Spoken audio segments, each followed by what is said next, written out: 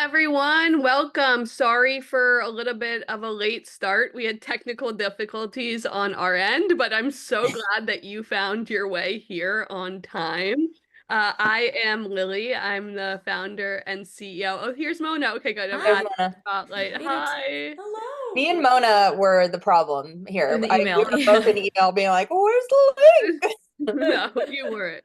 But we're so excited to have you today. A few pieces of housekeeping. One, this event is being recorded. So if you have to hop early, you'll get the recording in your email and also Auggie DM if you are an app member.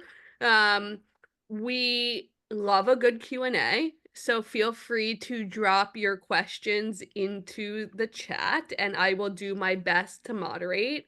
And on that note, just because we're a little late here, I'm gonna ditch my spiel and I'll pass it to these amazing ladies to introduce themselves. Feel free to write in where you're calling from in the chat too. We like to see that.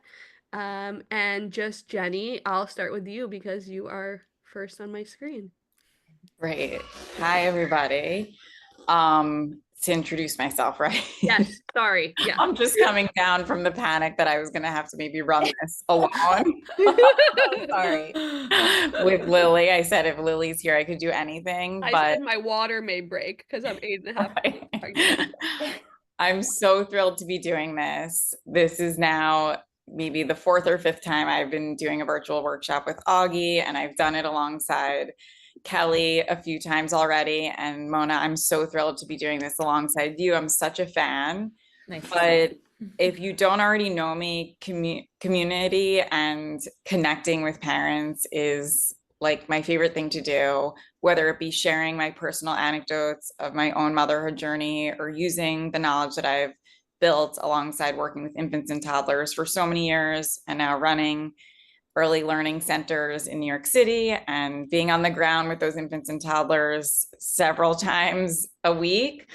I feel as though I have an inside look at how to connect with infants and toddlers and now my own children who are 5 and 7, and coupling that with all of the knowledge I've built, through school and educational programs. I am thrilled to be sharing that with everybody and to kind of learn alongside these other experts here. So yeah, excited to share and come away with my own tips from you guys. You are not alone. So that's the motto at Auggie, Yeah. and it makes sense for you for this this video call too. Kelly, hi. Hi, thank you so much for having me again. My name is Kelly Oriard. I am the co-founder of Slumberkins.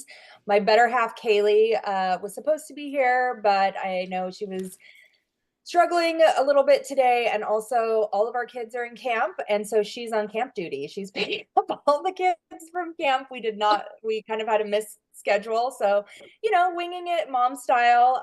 But just her and I represent Slumberkins, and I'm so happy to be here. My background is in marriage and family therapy and school counseling, and have done these events before, and just so thrilled for so many people to be here, and hopefully I can be supportive. I definitely have a lot of information and ideas that come from my therapeutic background, but then also, just so you all know, I am also just sitting in the passenger seat of motherhood just like everybody else, and feeling the overwhelm as well as I try out these different tactics and ideas for supporting my own kids. But it's always better when we're in community. So I'm so happy to be here with these other experts, and hopefully you guys can get some good info, and maybe we can get some from you too. So excited to Definitely. be here. Thank you for that, Kelly. Hi, Dr. Mona. I made it. Yes, I'm so happy to be here. This is my second Auggie event. When they asked me to join this, I was like, yes, let's make this happen. I am a pediatrician for 10 years this year. I cannot believe that. So board certified pediatrician, IBCLC, and I have two little ones, a 5-year-old or 5.5-year-old. He's very particular that I say that he's 5.5, and a 2-year-old. And I have an online platform called Peds Doc Talk where I share a lot of relatable relatable, tangible tips on child health, development, and parenting. It's so important for me that parents understand that all of that's connected, which is why I love being a general pediatrician. I talk so much about the holistic child. I talk about, health and development and parenting and how all of it's combined. And one of my biggest things is communication strategies. When I do my little skits or reels, I talk about what we can say, not always having to get the script right, but more so the philosophy behind what values we're trying to raise our kids with, which is so important to me, because I do believe that communication is the root of all relationships, especially the parent-child relationship. And so I'm so happy to be here. The title was Managing Big Emotions, and then obviously we're talking about kids, but I think a lot of adults right now and moms and dads are feeling big emotions with the state of the world, which I think we'll talk about that can have an impact on how we show up for our kids too when we're feeling overwhelmed. So I love talking about the whole family unit, and I'm excited for what we're going to do today.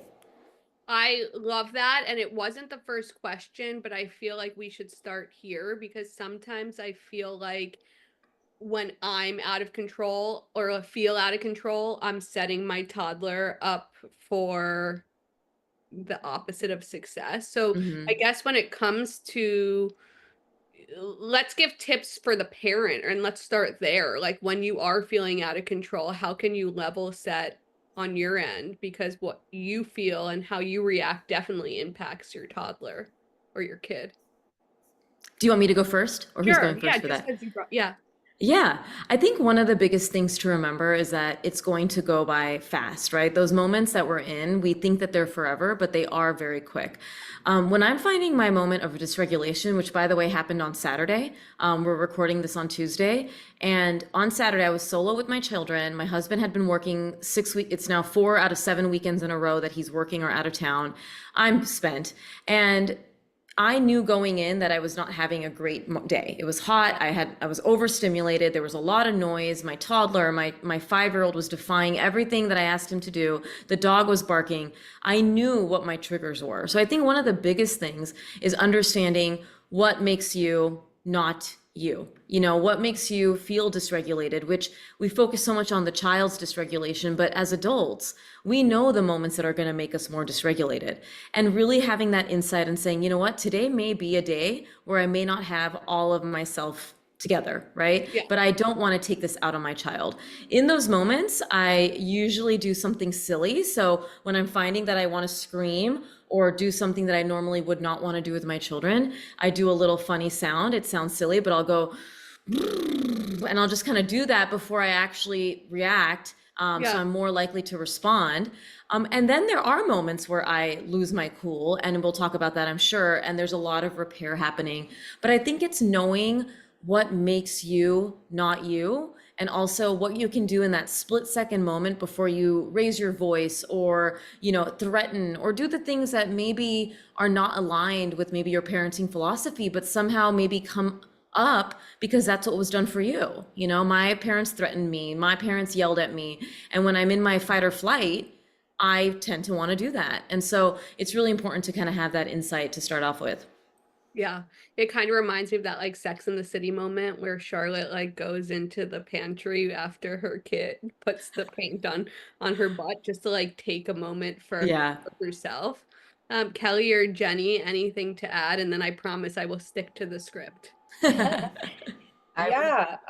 Oh, I was just going to say, I really agree with what Dr. Mona is saying. And one of the things I was just in Denver this weekend with Callie at an event where we launched our Repair Bear, which again, these things happen. And so repair becomes so important. But one thing, that I was thinking of when she was saying that was just, a lot of parents, and myself included, will say, I'm so overwhelmed. I'm overwhelmed all the time. Like I'm overstimulated. I'm touched out. And there's so much that builds up to these moments to where your threshold for being able to find that grounded space or come to a grounded space for a lot of people, myself included, it was like so far away in any moment, like any moment throughout the day. Yeah. And so one of the things that we really also when there's time is is kind of breaking down, what is that overwhelm for you? Is it, you know, is it that you need more space for self-care for yourself?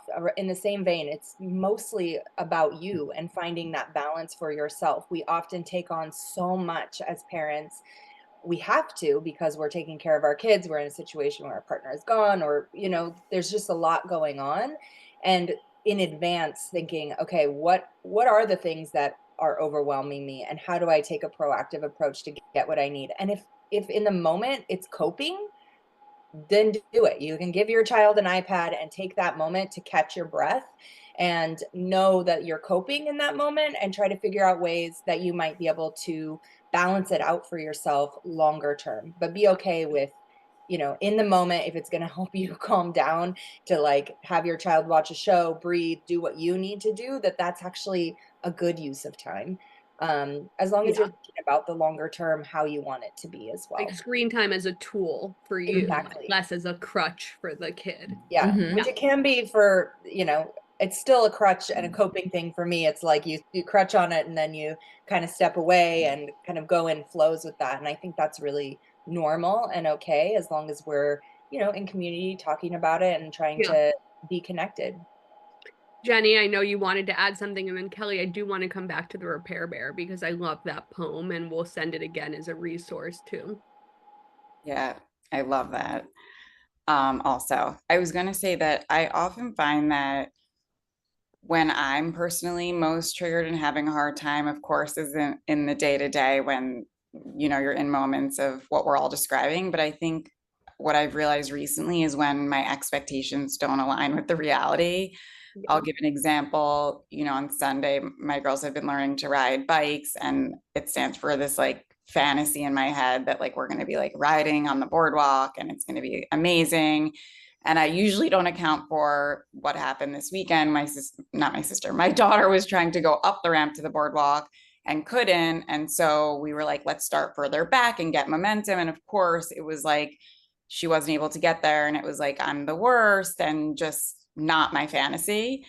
And I think in those moments, we tend to, maybe that's more of a clear moment, but there are other times where they tantrum. We feel like, why is this happening to me?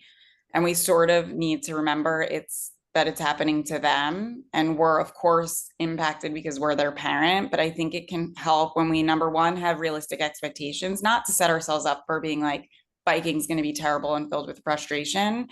But there might be moments of frustration. Like I now know that after like the 10th time.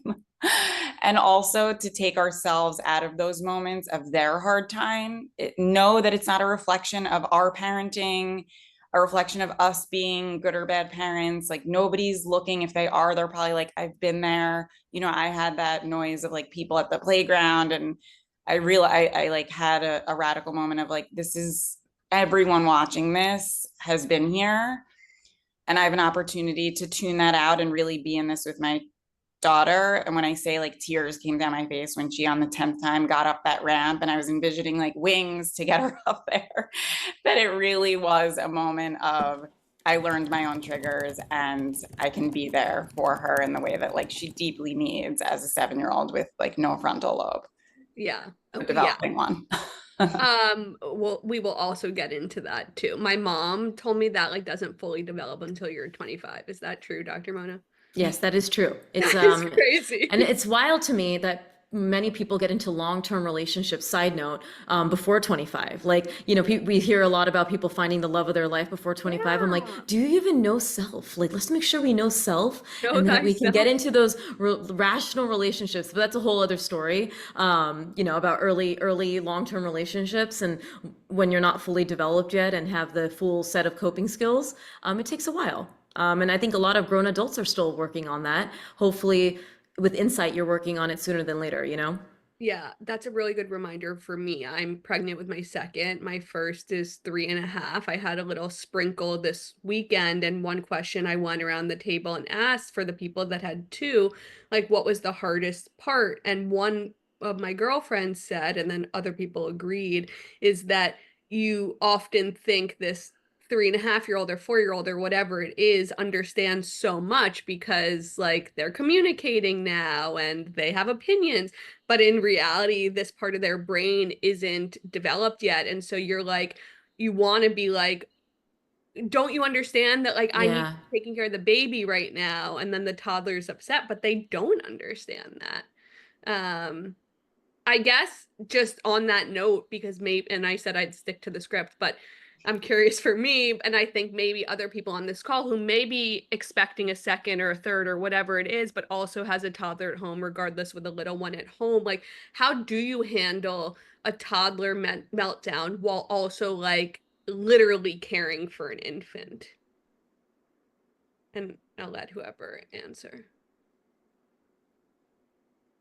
Well, I definitely went through that myself. My boys are 19 months apart, hence my overwhelm. And I was even writing people in the comments like I had to wear noise canceling headphones. I was like the type that like because of my family history of coming from an alcoholic family system, Yeah. even though I knew what I needed to be doing, I got into the chaos, what it felt like chaos to me of having two kids close together that I was so overstimulated and Yeah. losing it quickly. And so I think the most important thing in those moments is co-regulation, period. So it again comes back to you and noticing where you're at. If you are in a place where you're like, oh, you know, this is happening. What I hear when I hear that is like I would feel my whole body going into overstimulation mode and like needing to try to shame or control my older child to try to calm the baby or make sure that the baby wasn't feeling that. Hey, So come, just do you want to have first and some foremost, fruit? just taking deep breaths for yourself and taking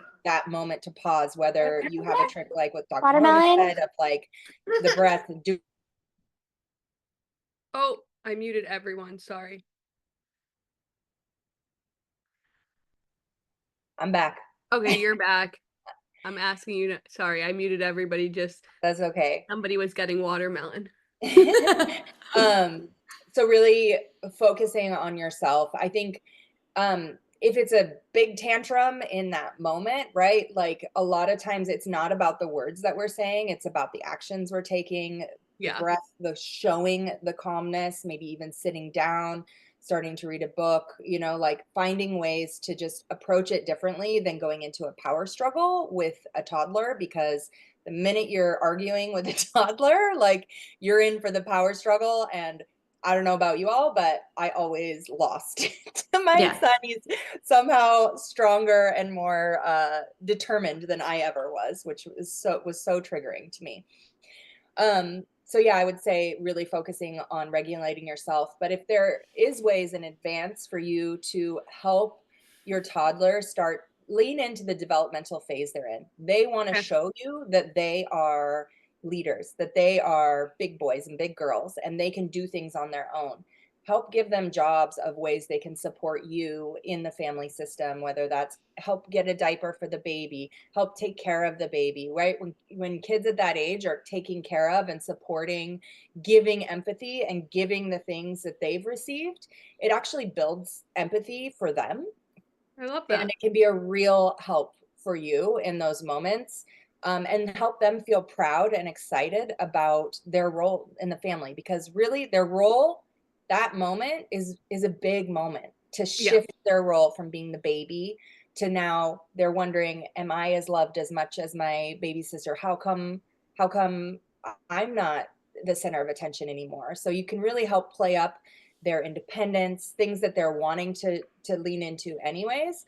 And then showing, oh, well, the baby can't get up and do something like that. We're going to have to take care of the baby, is going to go to sleep. Really like defining those roles so that they can lean into that next phase and feel excited about it would be some proactive ways to help you before that meltdown happens. But I know how it gets. You can do all the proactive stuff and still be right smack in the middle of a meltdown. Lily, are you having your second or your first? I'm having my second. So I Your have a second. 3.5-year-old, and this is my Okay. second. And what my mom is a psychologist, and when I asked her when she was at the sprinkle and heard the response, she was also like, and I'm curious everyone's thoughts here, but like unless the infant is like in dire need of you, if your toddler is having a moment, they may need you more. I agree. You know, I talk a lot about, I use medical references a lot because Yeah. I'm a doctor too. And so Yeah. I talk about triaging your home, just like we do triage in a hospital. We Yeah. always will take care of the person or needs of the person who needs us the most, right? And in most situations, if it's a newborn infant slash toddler, you can place your infant or newborn down for 10 seconds or 10, Even if they're whatever long. crying. Yes, because it's not you're not gonna like abandon them. They're not gonna grow up with like, oh my God, mommy wasn't there for me, daddy wasn't there for me. Another option, if you can't, because I've had to do that too. My kids are 3.5 years apart, and there were a lot of big feelings when our daughter was born. And so there was a lot of meltdowns, a lot of poop regressions, a lot of that stuff, which we don't often think about when we see those picture perfect photos of the babies and kids together.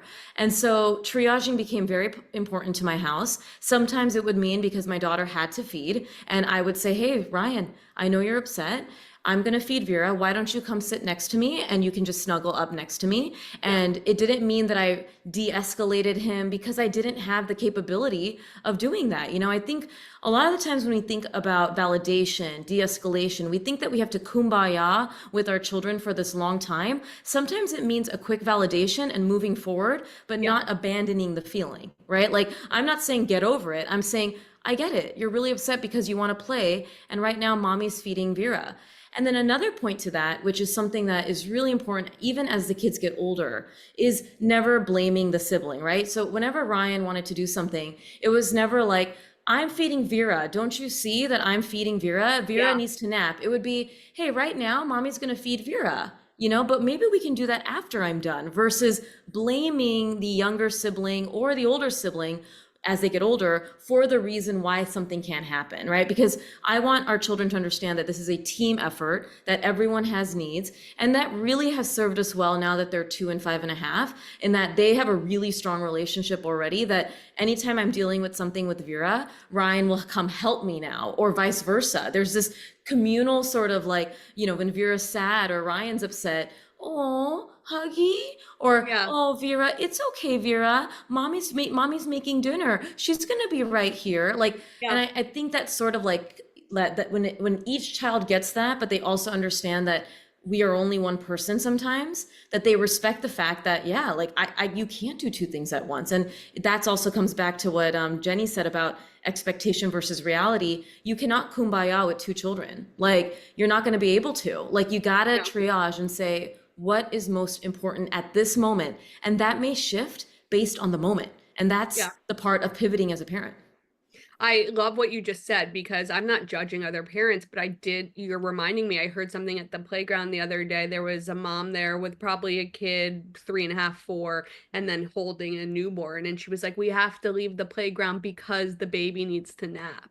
And that reframe, even just like one thing, if you switch that day, could be really helpful. Yeah. Okay. Oh, Jennie, go ahead. I just wanted to add one thing, because this is something that I realize like wouldn't just come naturally if you haven't navigated infants and toddlers together, but that I really felt strongly about doing from the start. So my daughter was 23 months when the baby was born. And typically when you have a toddler that young and they're like going toward the baby, you want to be very protective, you know, like gentle or whatever. Yeah, which absolutely you should. But oftentimes you're so worried about the toddler going anywhere near the baby that you can send, you know, messages that you don't mean to send, that like the baby and you should not interact. And then it can often lead to them feeling very separate. And so I love when Mona's like saying to be inclusive of the baby in moments, that there's ways to sort of navigate, you know, helping put your hand on your toddler's hand. Like if you see that they're like lunging and saying,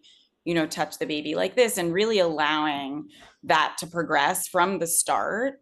I know germs and things can make us uneasy, but it can honestly make them feel more separated and sort of alienated from the experience when they're not even allowed to go near and they see you either breastfeeding or feeding. And the other thing is to be proactive. Even a 23-month-old can understand, which I learned after the fact, when the first time I took out my breast to feed my infant in front of my 23-month-old, she was trying to go on my breast. I was like, how could I have not have mentioned, mommy is going to feed Nellie from my boob, whatever you want to say. no matter how old they are. Like who is I like there's ways that you can prepare for things like that to avoid meltdowns. Yeah.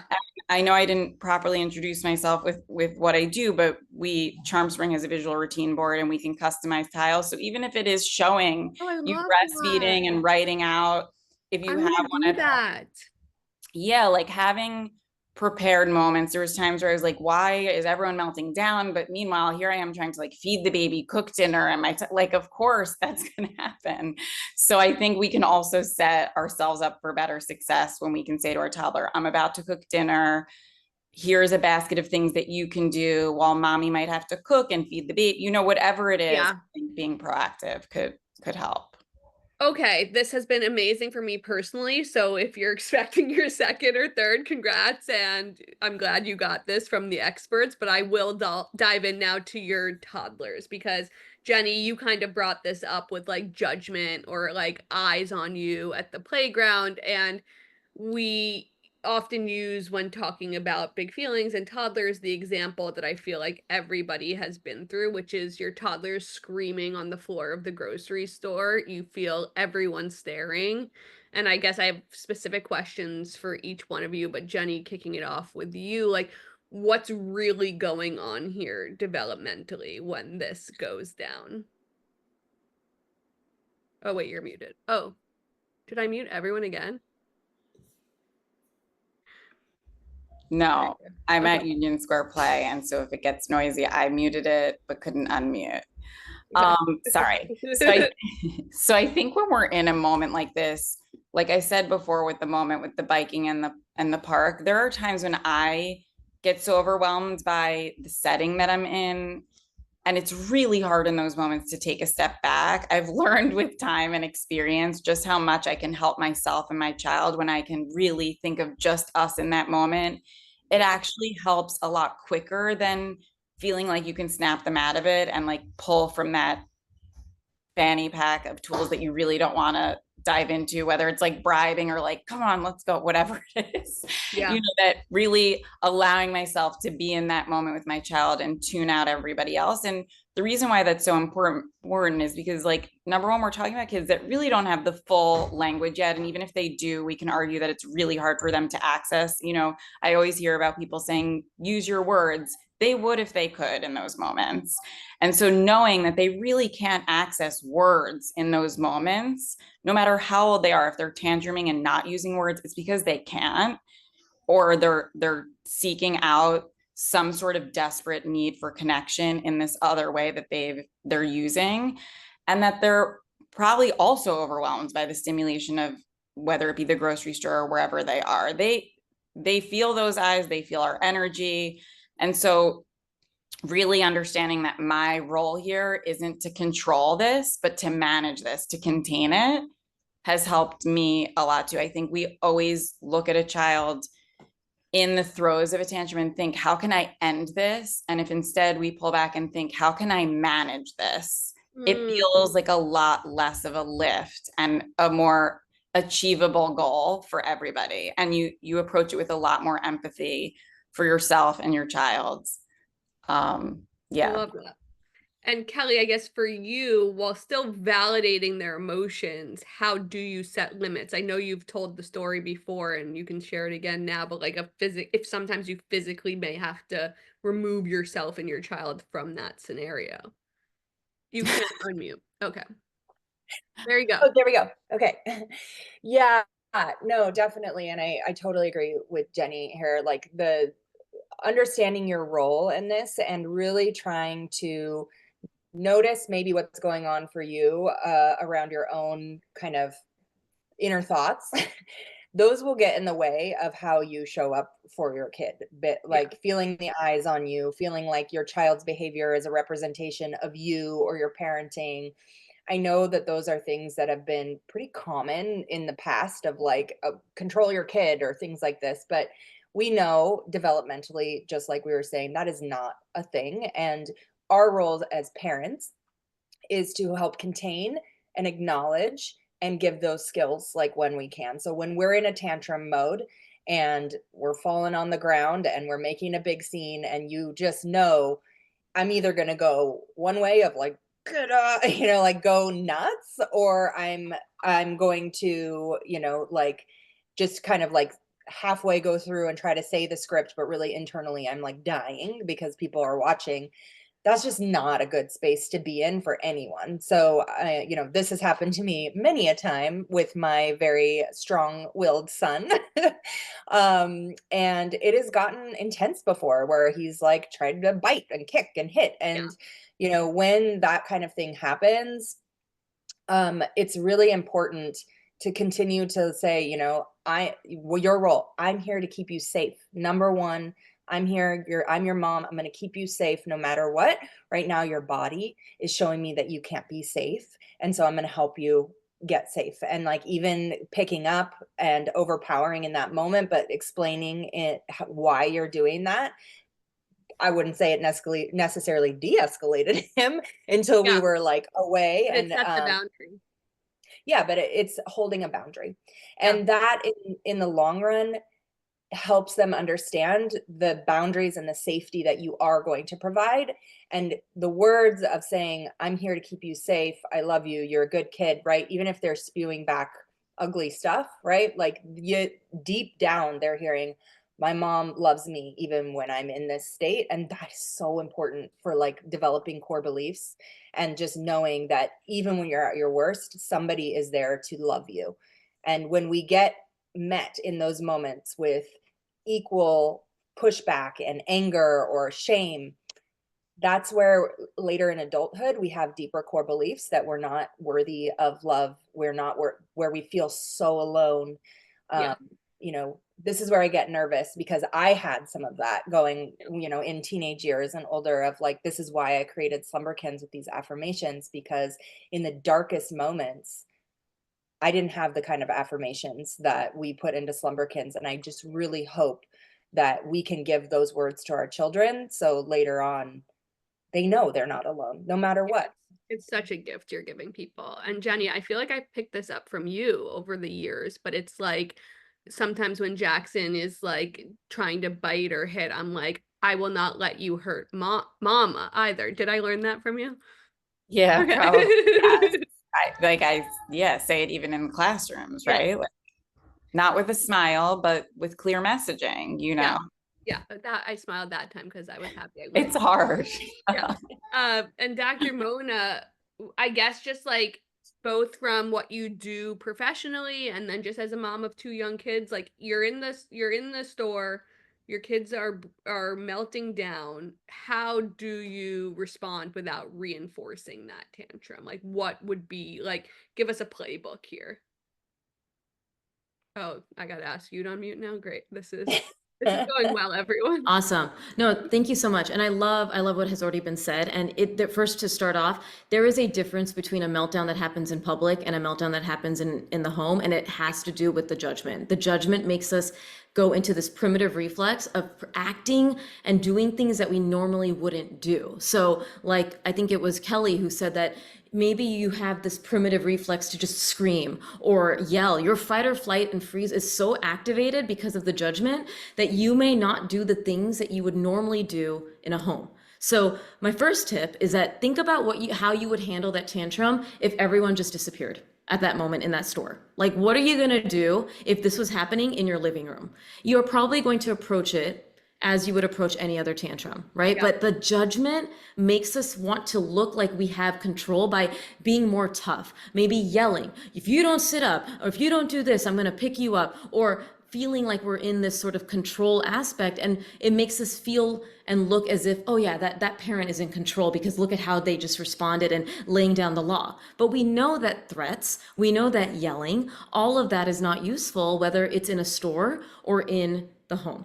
And so the way we do not reinforce this, number one, and I think everyone knows this, do not give them what they were tantruming about. I don't care if you need to, that is the cardinal rule, because if you do that, you have now reinforced that this is how I communicate, and this is how I'm now going to get what I want out of my mom or dad or caregiver. So if they are screaming because they want a cookie, you are not going to give them that cookie. Maybe one day because you are so tired, you cave in, but your mindset has to be like, I need to figure out how I'm going to move through this without giving them what they're tantruming about. Because more likely than not, they want something in that store. To backtrack a little bit, when you are walking into that store, you say, we are going to pick up mommy's, I have to go pick up a prescription today. We are going in to pick up a prescription. We are not getting any cookies or candy today. That is the rule. Show them the expectation of what's happening before you even get to that place.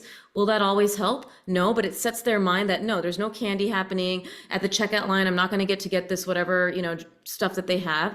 And then in that moment, you're not going to give in to what they were tantruming about. You're not going to engage in a debate. You are not going to explain social norms of like, hey, sweetie, we don't yell in the store. They don't care. They can't listen to that. They are like, like we were just saying, Jennie was saying, you are trying to manage this and get through it and not stop it. And when you're in public, you are going to want every fiber of your being to stop it because you do not want the eyes on you. So when we're going to reinforce it by caving in.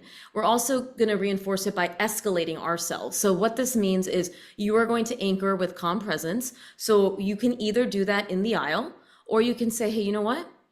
You're having a hard moment.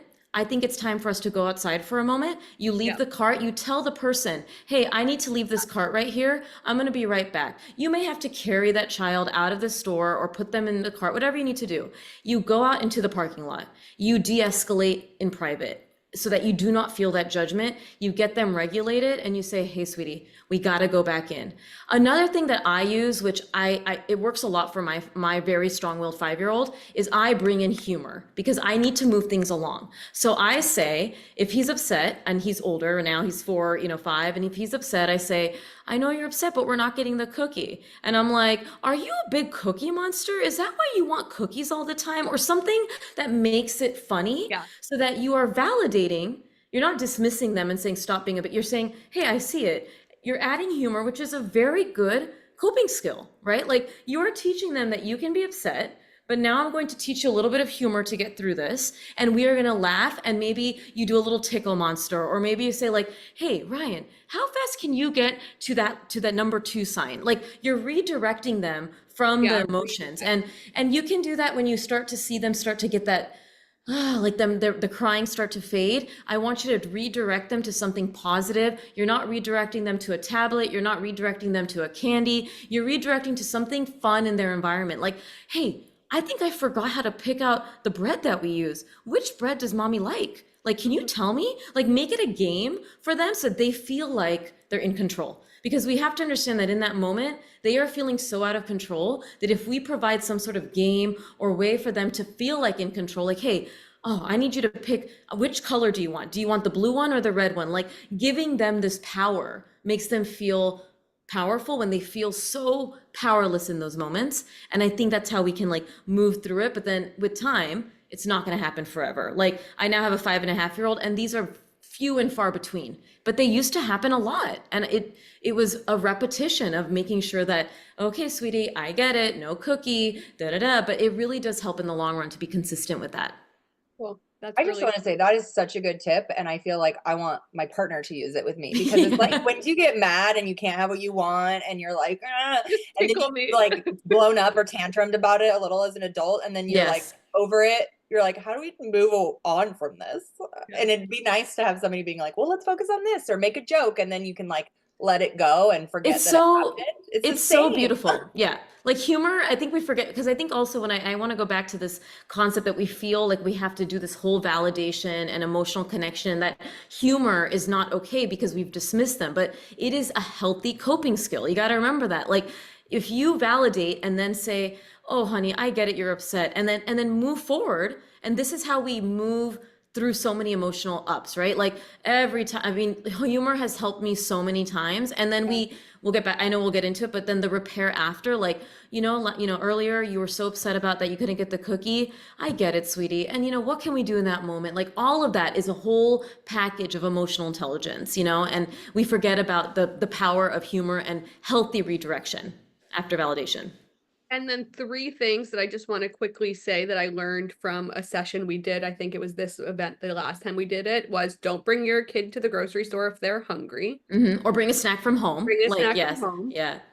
Two, make it like a little bit of a game. So like, can you pick out, this may have been from a starting solids event, but like, can you pick out a green vegetable for mommy and like get them involved that way? And then three, it's okay to like internally give the middle finger to every supermarket that has those stupid juices at the front with the Disney characters on top, because those are offensive, I think, and I Yeah. don't understand why they put them there. Yeah. So moving on to whining. I have a feeling that if I said raise your hand and everyone's videos were on, that people would universally raise their hands right now for the one thing that drives them insane with a toddler. Your preschooler is whining for 10 minutes before dinner. Kelly, how can we validate without giving in? Yeah, I think it comes down to those boundaries again and reminding, I think when we end up kind of going into old patterning or, responding to whining in a way that we're not happy about, it's so much about us and our frustration level or annoyance, which makes total sense. It's always going to be there. It's part of who we are and what we're working on as parents as we're raising kids. I really feel like this generation is having a lot more awareness around what's going on for them mentally and emotionally as we're raising kids, which is amazing because it allows us to break cycles and allows us to really give our kids gifts that we maybe didn't get from our own parents. But, I find it really helpful to just remind myself what's my role as a parent, right? When I start to feel that creeping up on me, it's like, okay, my job is to keep you, I always just go back to healthy and safe, right? Top priorities. So if it's before dinner and they're wanting an ice cream or they're whining about something, it's just holding that boundary and saying, my job is to make sure that you have healthy food in front of you, and our rules are, if you finish your plate, then or like maybe, so I know I went through a phase of like going back and forth between, because dessert, I made the mistake of like making dessert the thing, and I'm like, dang it, it's definitely prevalent in my family. It's like, eat your food and you get your dessert, which was definitely passed down, and I fell back on it in moments of weakness, and now it's a thing. And I do think the other way of doing it, like just offering everything in one, is also like it worked for a while with my kids, but I feel like it's my fault. And I went back to making dessert. If dessert's your thing, you are in a good spot. Well, I mean, you can see all of these ways that it's like, dang, I like put pet sugar on a pedestal and I used it to get them to eat their food. But,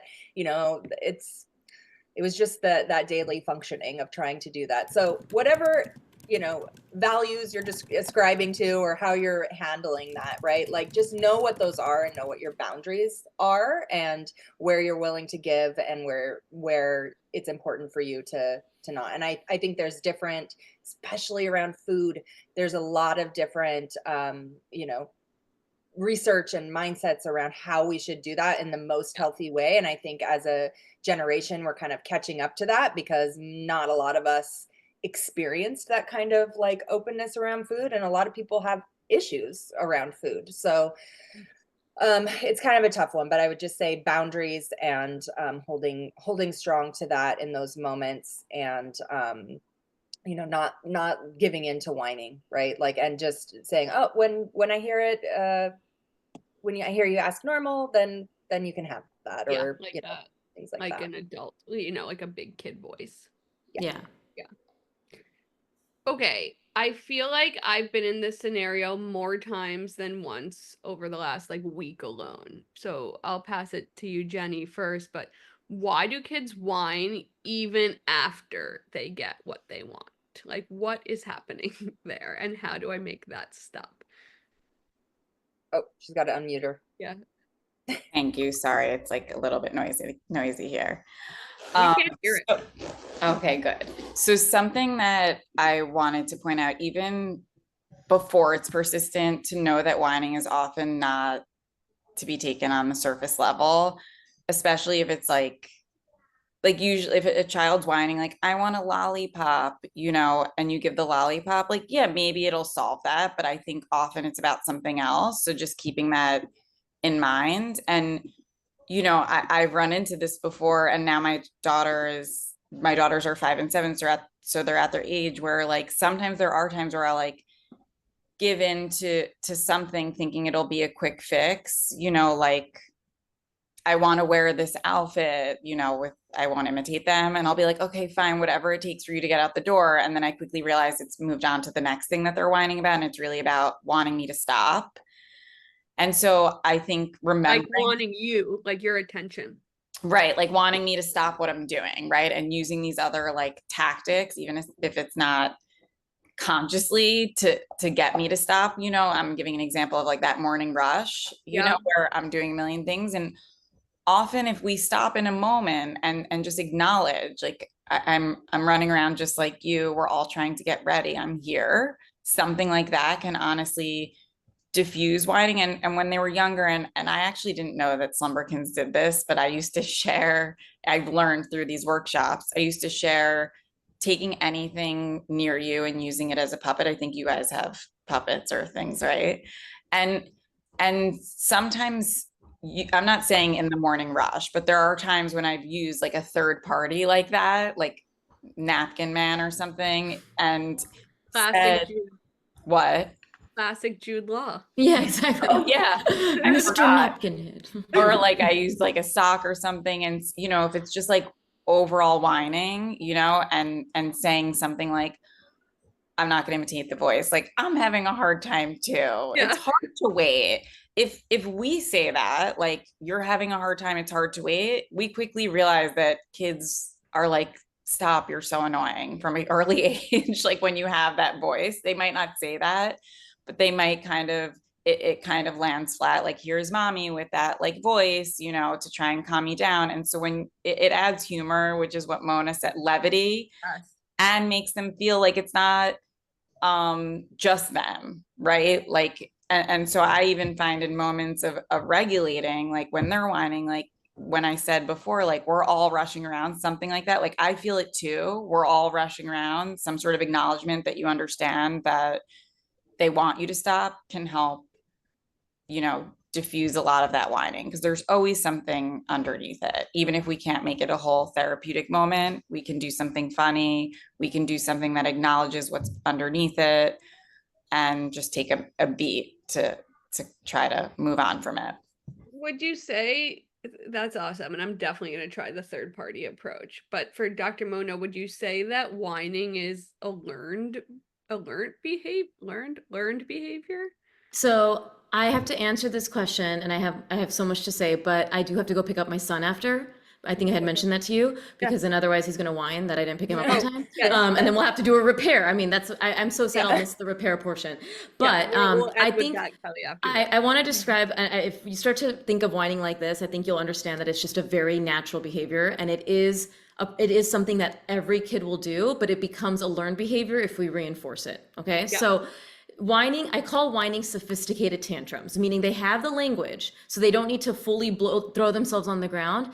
But you have tantrums, you have whining, and then you have the next phase, which now we're going through, which is rudeness. I don't like you. I don't want you. Your children at every phase is going to try to do something to get a rise out of you, to test boundaries, and to test what is appropriate communication. This is literally what they're doing in their brain. So now they've already figured out, well, now tantrums aren't getting what I want. Let me try making my voice very high pitched. Okay, now mommy doesn't like that, and mommy, we move past that. What if I now say, mommy, I hate you? What's she gonna do? Like, you gotta think of it like everything your child is going to do is trying to test how are you going to respond. But if you know and can get ahead of this, you're not going to fall into their traps, and you're not going to fall into their power struggles, because every child is trying to get you into a power struggle to assert autonomy and assert control. So when we ask that, it's learned because it works. So if whining gets a faster yes or more attention, or they're whining and you're like, yes, fine, just listen to whatever the heck you want, they're going to keep doing it. So instead, I really want us to use those phrases that we already alluded to, that, hey, I hear that you're trying to tell me something, but I can't help you, and I'm not able to understand you when you use that voice. Can you try again in your strong voice? I like strong voice versus big boy, big girl, strong, because it's a strong voice. And then if they keep not saying it, I'm having trouble hearing you. I can hear that you're talking, but use your strong voice and I'm listening. but I'll be here until you can use your strong voice. This gives them a clear boundary of what is healthy communication. It's not high-pitched voice, it's strong words. And then once they say it in the strong words, thank you so much for asking. I really appreciate you asking for that. And just say they were asking for a cookie. I'm so grateful that you asked me in that strong voice, but as right now, we're not having a cookie, but I can put a cookie with your dinner, or I can put a cookie in your snack box tomorrow. Whatever it is that they were whining about, think about when you can offer that or when that's going to come next, so that it is this sort of, cooperative thing. And then the last thing is to teach the patience and self-expression over time. A lot of what happens and what parenting is, like I said, is outside of the moment, right? So I consider whining a moment where we really can't teach about anything but what is expected of them in that moment with communication. But later, we can talk about why that was important to you. Applaud them for when they are asking you correctly in other situations. Like, just say 2 days later, they ask you for a cookie in a way that was very appropriate. Hey, Ryan, thank you so much for asking in a very nice, strong way. I really appreciate that. So that their brain is now being filled with all the things that you as a caregiver want them to do, versus you always whine, you always whine. My phrase, which I should trademark, is child behavior grows where parent attention goes. So if you want your child to do anything, you got to put attention into it, right? Like, if you want them to be kind, you got to reinforce the kindness rather than, why are you always rude? Why are you always rude? Because human nature, even adults, if you work in a job, you're not going to respond well when someone keeps telling you you're doing something wrong. You're going to respond better to positive reinforcement. Like, hey, Mona, you're doing an amazing job at this job. I'm really proud of you. Maybe we can work on this, right? Like, always lead with what they're doing well. And especially when it comes to any behavior modifications and whining, I would do that too. I'm gonna get going. I'm so sad to Bye. miss the I'm section sorry on we kept you repair. longer. Yeah, no, I'm so sorry. And I'm, obviously happy to do this again, but I'm gonna go pick up my cutie pie, and thank you guys for having me Have a today. wonderful Thank you. Yes, bye. Enjoy the rest. Okay, so Yeah. the last time we did this, it was right after Penn Badgley was on the Call Her Daddy podcast, and he went viral for saying that he apologized to his toddler. I want to talk about that a little because I loved it, or I loved what it represented. Like, that it's okay. Sometimes we are this overwhelmed parent. We're only human. We snap. But then to be able to take a second and to actually apologize is so powerful. So, Kelly, do you want to tell us just a little bit about Repair Bear and why that's so important?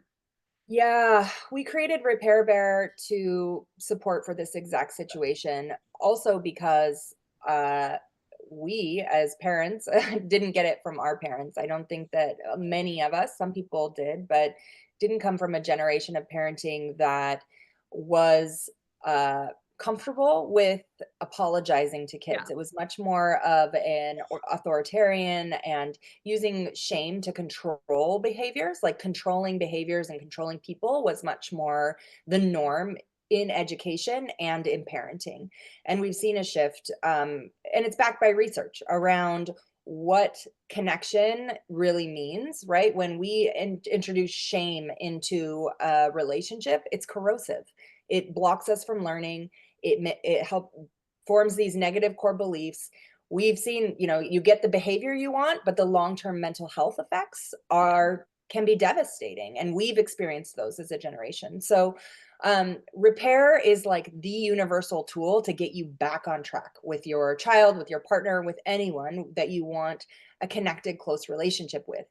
And a lot of us don't know how to apologize or take accountability within the repairs. And I will say, I am like the person who had a hard time with that. Even as the therapist, I was always yes butting or sorry you feel that way to people. And I even feel that with my kids because I'm like, well, I freaked out because you're being irrational, and trying to intellectualize it. And so even though I know that's not the way to go about it, and there's so many reasons why I picked that up. That's kind of how I was apologized to when I was a child.